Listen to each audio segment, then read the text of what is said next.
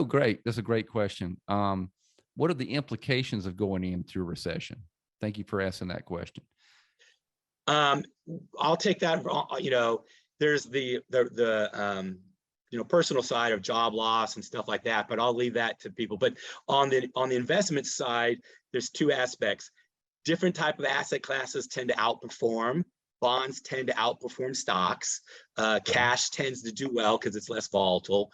That's one thing. And inside sectors tend to do well.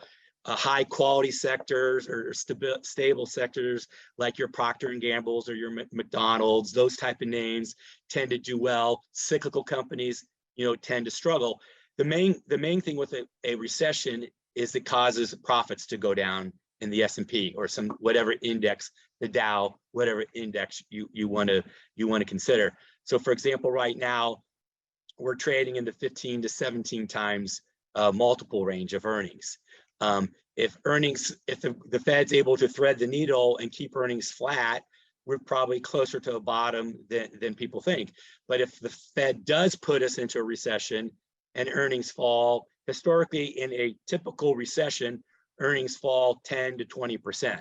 That's the risk to the portfolio. That's the risk to earnings and the risk to the markets right now. Okay. All right. That makes sense. So there's certain areas that might be more opportunistic if we feel like we're going into recession, that could be a bit more defensive. Correct. I mean, like in the bond side, you can buy treasuries. On the stock side, your typical cable company or a food company does very well in those type of environments. Utility companies tend to do well in those type of environments.